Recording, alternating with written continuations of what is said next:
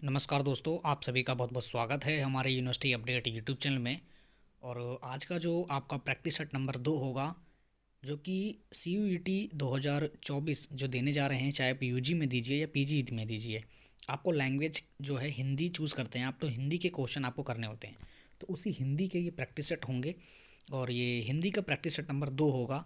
और ये practice set आपको जो है JNU BHU डी और एमयू में बहुत ही कारगर सिद्ध होगा। और CUT 2024 जो भी स्टूडेंट दे रहा है, चाहे यूजी के अंदर दें या पीजी के अंदर दें, आपको ये हिंदी के मॉक टेस्ट बहुत ज़्यादा इंपॉर्टेंट होंगे, बहुत ज़्यादा कारगर सिद्ध होंगे। तो इससे पहले हमने एक मॉक टेस्ट भी और डाल दिया है प्रैक्टिस सेट। आज आपका प्रैक्टिस सेट नंबर 2 शुरू होगा। तो प्रैक्टिस सेट नंबर दूसरा का पहला क्वेश्चन से शुरू करते हैं। और अगर आप चैनल पर पहली बार विजिट कर रहे हैं तो चैनल को सब्सक्राइब कर लीजिए, क्योंकि आपको यहाँ पर CUT 2024 की प्रॉपर तैयारी कराई जाएगी, जिसमें कि हिंदी आपको शुरू कर दी गई है। साथ ही साथ अगर आप यूजी की तैयारी कर रहे हैं तो political science domain, history domain, economics domain, geography domain, तो इनके डोमेन जो हैं, इन सभी डोमेन्स के जो आर्ट्स डोमेन हैं, इनकी भी तैयारी कराई जाएगी। इससे पहले हमने पॉलिटिकल साइंस डोमेन की जो है फर्स्ट क्लास डाल दी है प्रैक्टिस सेट। तो आज आपका जो है हिंदी का प्रैक्टिस सेट शुरू होगा। तो प्रैक्टिस सेट नंबर 2 होगा। शुरू करते हैं अपने पहले क्वेश्चन से। तो प्रैक्टिस सेट नंबर 2 आपका शुरू होता है यहाँ से। तो पहला क्वेश्चन देखते हैं फिर। तो ये है आपका पहला क्वेश्चन। तो पहले क्वेश्चन में आपसे पूछा गया है कि यार अलावा किस वर्ग के व्यंजन हैं? ऊष्म व्यंजन, अंतस्थ व्यंजन, दांत्य व्यंजन या तालव्य व्यंजन। तो पहले का आंसर क्या होगा? तो आपको बताना है कि यार अलावा जो है वो किस व्यंजन के अंदर आते हैं। बिल्कुल, अंतस्थ व्यंजन, option number B. Question number दूसरा है कि विराम चिन्ह के प्रयोग की दृष्टि से निम्नलिखित में से कौन सा वाक्य सही नहीं है? क्वेश्चन नंबर 2 है, तो ऑप्शन नंबर ए होगा हमारा, वह दूर से, बहुत दूर से आ रहा है। ऑप्शन नंबर बी, सुनो सुनो वह गा रही है। ऑप्शन नंबर सी, नहीं नहीं ऐसा कभी नहीं हो सकता। ऑप्शन नंबर डी, क्रोध चाहे जैसा भी हो मनुष्य को दुर्बल बना देता है, दुर्बल बनाता है। तो बताइए दूसरे में सही विकल्प क्या होगा जो वाक्य की दृष्टि से सही नहीं है? तो बिल्कुल दूसरे में सही विकल्प हो जाएगा ऑप्शन नंबर ए। क्वेश्चन नंबर 3 है, आपका शुद्ध वर्तनी वाला शब्द बताना है आपको। जो शूर्पणखा जो लिखा जाता है, शूर्पणखा, वो कैसे लिखा जाता है? तीसरे में। चौथा क्वेश्चन है, इनमें से कौन सा शब्द भाववाचक संज्ञा नहीं है? मनाही, विद्युता, सोना, खुशी। बताइए तीसरे में क्या आपने बताया? तीसरे में आपका जो हो जाएगा बिल्कुल डी, जैसे लिखा है ना, ये ऐसे लिखा जाता है। और चौथे में बताइए क्या आंसर हो जाएगा? तो सोना जो है ये द्रव्यवाचक संख्या है, तो भाववाचक नहीं है। पांचवा क्वेश्चन है आपका, सब कोई सर्वनाम के किस प्रकार का उदाहरण है? सब कोई, अनिश्चय, निश्चय, अनिश्चयवाचक, निजवाचक या संयुक्त सर्वनाम। पांचवा। छठा क्वेश्चन है, कश्मीरी सेब सिंदूरी लाल होता है। वाक्य में रेखांकित शब्द जो विशेषण है किस भेद का अंतर्गत आएगा? तो सिंदूरी क्या आएगा? गुणवाचक है, परिणामवाचक है, प्रविशेषण है या सार्वनिक है? तो पांचवें आपने क्या बताया? तो सब कोई संयुक्त सर्वनाम में आएगा, ऑप्शन नंबर डी। और ये बताइए विशेषण छठे का, बिल्कुल गुणवाचक, ये उसका गुण है। क्वेश्चन नंबर 7, जब कर्ता एक क्रिया समाप्त कर उसी क्षण दूसरी क्रिया में प्रवृत्त होता है, तब पहली क्रिया क्या कहलाती है? सहायक क्रिया, नाम बोधक क्रिया या पूर्वकालिक क्रिया या भूतकालिक क्रिया। और क्वेश्चन नंबर 8 है आपका कि उनके बिना तुम कुछ नहीं हो, उनके बिना तुम कुछ नहीं हो वाक्य में संबंध बोधक शब्द कौन सा है? सातवें और आठवें में सही आंसर क्या होंगे? बिल्कुल सातवें में जो बताएंगे कि पूर्वकालिक क्रिया है, तो बिल्कुल सातवें में ऑप्शन नंबर सी चला जाएगा, पूर्वकालिक क्रिया। और आठवें में क्या होगा? संबंध बोधक, इसमें कौन सा होगा? बिना, option number B. Question number 9 है, निम्नलिखित में से कौन सा वर्तमान काल का भेद नहीं है? तत्कालिक वर्तमान, पूर्ण वर्तमान, संदिग्ध वर्तमान या हेतु हेतु मदबुध वर्तमान। और 10वां है कथा का बहुवचन होगा कथें, कथाओं, कथानक, कथाएं। तो 9-10 का सही विकल्प बताइए क्या होगा। निम्नलिखित में से कौन सा वर्तमान काल का भेद नहीं है। 9वें में बिल्कुल डी हो जाएगा ऑप्शन नंबर डी। 10वें में क्या हो जाएगा, कथाएं, बहुवचन पूछा था यहाँ पर। 11वां क्वेश्चन और 12वां क्वेश्चन। 11वां है निम्नलिखित प्रश्न में 4 विकल्पों में से दिए गए वाक्य का सही काल वाला विकल्प पहचानिए। दीपा पौधों को पानी दे रही थी। अपूर्ण भूतकाल, आसान्य भूतकाल, पूर्ण भूतकाल या संगीत भूतकाल। 12वां क्वेश्चन है निम्नलिखित में से कौन सा भाववाच्य का उदाहरण है। मैंने पुस्तक पढ़ी, पुस्तक पढ़ी जाती है, आम खाया जाता है, धूप में चला नहीं जाता। तो भाव किस में पूछा गया है। बिल्कुल 12वें का आप आंसर सही बता रहे हैं। और 11वें में क्या होगा, 11वें में हो जाएगा ऑप्शन नंबर ए, अपूर्ण, अपूर्ण भूतकाल। दीपा जो है पौधों में पानी दे रही है, पूर्ण नहीं हुआ तो अपूर्ण हो जाएगा। भाव पूछा गया तो उसके अंदर ये हो जाएगा मुझसे धूप में चला नहीं जाता, तो ये आपका डी आंसर सही हो जाएगा। क्वेश्चन नंबर 13, पर किस प्रकार का, पर जो है किस कारक का प्रसंग है बताइए। संप्रदान, अपादान, संबंध, अधिकरण। 14वां है निम्न में से उद्भव शब्द पहचानिए। 15वां है निम्नलिखित में से कौन सा शब्द तद्भव है। तो 13वें में क्या आंसर हो जाएगा, 13वें में बिल्कुल ऑप्शन नंबर डी जाएगा। पर जो है किस प्रसंग में आता है, वो अधिकरण में आता है, अधिकरण। तद्भव बताइए, सूची, पर्यक, हरिदा या फूल। बिल्कुल फूल हो जाएगा यहाँ पर, तद्भव पूछा है तो तद्भव हिंदी के शब्द होते हैं डायरेक्ट। 15 में क्या होगा आंसर आपका, बिल्कुल 15 में हो जाएगा पंख, ये तद्भव हो जाएगा। 16वां क्वेश्चन बताइए, ध्वनि के अनुकरण के आधार पर जो शब्द निर्मित हो गए हैं और जिनकी व्युत्पत्ति अज्ञात है, ऐसे शब्दों को क्या कहा जाता है। तत्सम शब्द, देशज शब्द, विदेशज शब्द या प्राकृत शब्द।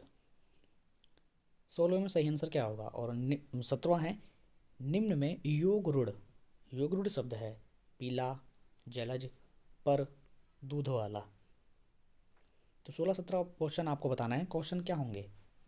मतलब 16वें में तो आपका जो सही विकल्प जाएगा वो बी पे जाएगा, देशज। 17वें में योग रूढ़ तो जलज, ऑप्शन नंबर बी। बढ़ते हैं 18वें क्वेश्चन की तरफ। क्वेश्चन नंबर 18वां, निम्नलिखित प्रश्न में 4 विकल्पों में से उस सही विकल्प का चयन करें जो रेखांकित शब्द के लिए उचित विकल्प है। पिता ने बेटी की शादी में किसी भी प्रकार की कमी न होने दी। हास, हस्त, पूर्ति या हास्य। Question number D. Question number 19, संयोग में किस उपसर्ग का प्रयोग हुआ है। सम का, सन का, शम का या सु का। बताइए 19 का और 18 का आंसर बताइए क्या होगा।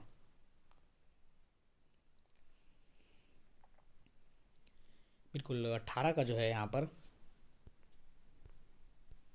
क्या हो जाएगा बताइए, डी।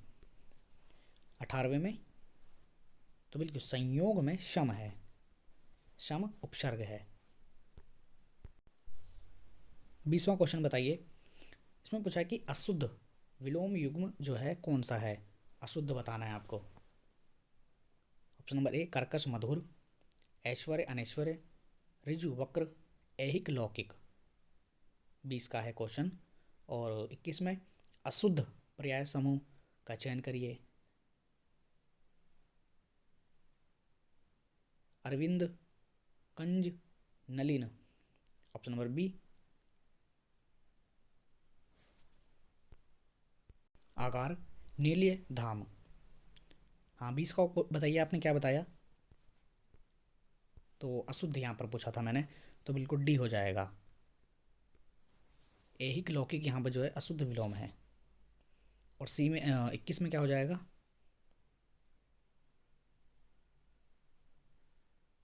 21 में हो जाएगा ऑप्शन नंबर डी, बिल्कुल डी डी दोनों में हो जाएंगे। 22 क्वेश्चन देखते हैं। क्वेश्चन नंबर 22, 23, 24 तीनों लगा दिए हैं स्क्रीन पे। 22 में आपको सर्प, मेंढक, सिंह, सिंह, घोड़ा, वानर, हाथी आदि जो हैं ये समझने वाले शब्द हैं। क्या शब्द हैं? पशु के, शिव के, हरि के, कपिश के। 22 क्वेश्चन। 23वां क्वेश्चन है गाड़ी और गाढ़ी जो है शब्द युग्म के क्या होंगे?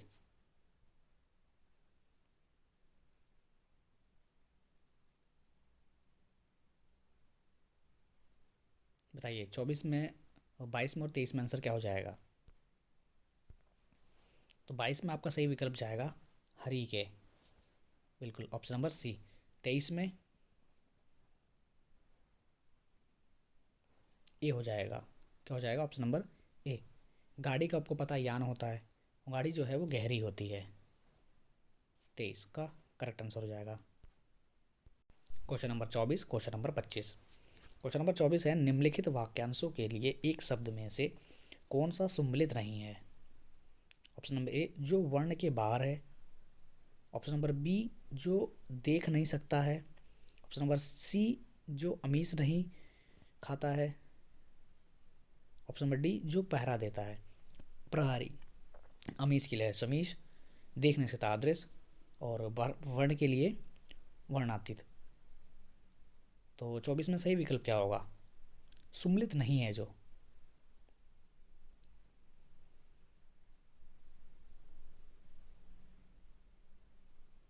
बिल्कुल 24 में आपने बताया सी ऑप्शन, बिल्कुल ठीक हो जाएगा। 25 बताइए निर्जल में जो है कौन सी संधि है? स्वर संधि, विसर्ग संधि, आयादी संधि या व्यंजन संधि? तो निर्जल जो है इसके अंदर विसर्ग संधि है। कौन सी? और विसर्ग संधि ऑप्शन नंबर 20 का सही विकल्प हो जाएगा। क्वेश्चन नंबर 26, निम्न में से कौन सा कर्मधारय समास का उदाहरण है? सतसई, राजगृह, चतुर्भुज या श्याम सुंदर? 27 में कि वाक्य का कौन सा भाग शुद्ध नहीं है? बड़े दुख की बात है कि डॉक्टर के आने से पहले ही उसका प्राण पखेरु उड़ गए। बताइए 26 और 27 में आंसर क्या हो जाएगा?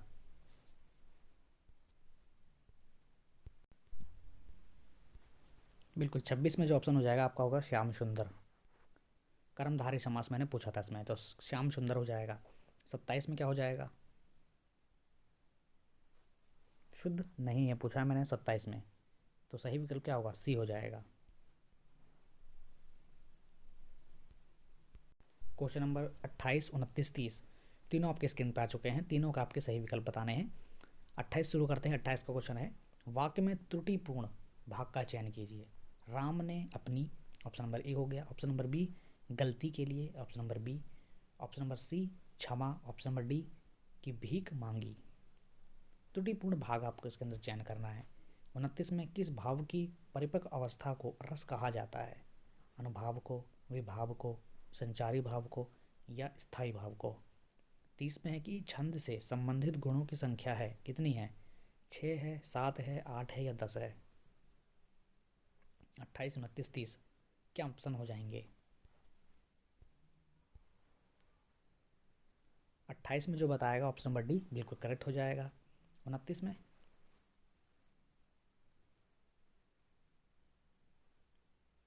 स्थायी भाव को, ऑप्शन नंबर डी ही है इसका भी आंसर। छंद से संबंधित गुणों की संख्या कितनी है? 6 होती है, 7 होती है, 8 होती है, 10 होती है? 30 में बताइए। संख्या 8 होती है।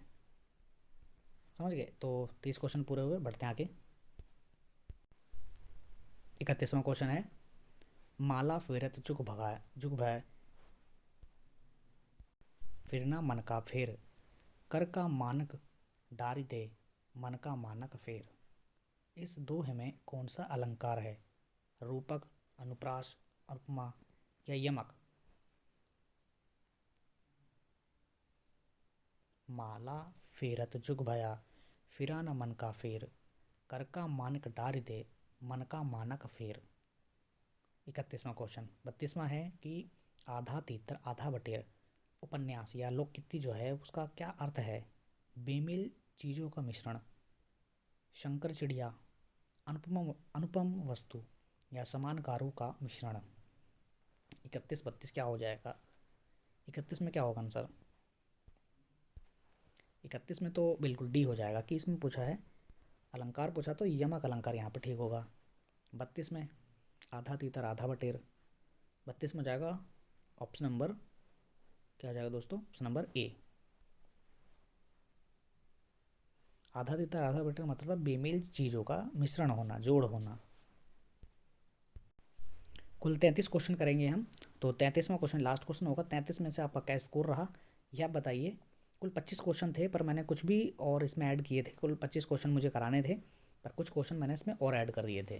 तो 25 क्वेश्चन का आपका सेट होता है, तो धीरे धीरे आपका 30 35 40 50 इतने आपका जो है धीरे धीरे आपका बढ़ता रहेगा। 33वां क्वेश्चन लास्ट क्वेश्चन है कि अपने विद्यालय की किसी मनोरंजन घटना का वर्णन करते हुए मित्र को लिखा गया पत्र किस कोटि के अंतर्गत आएगा?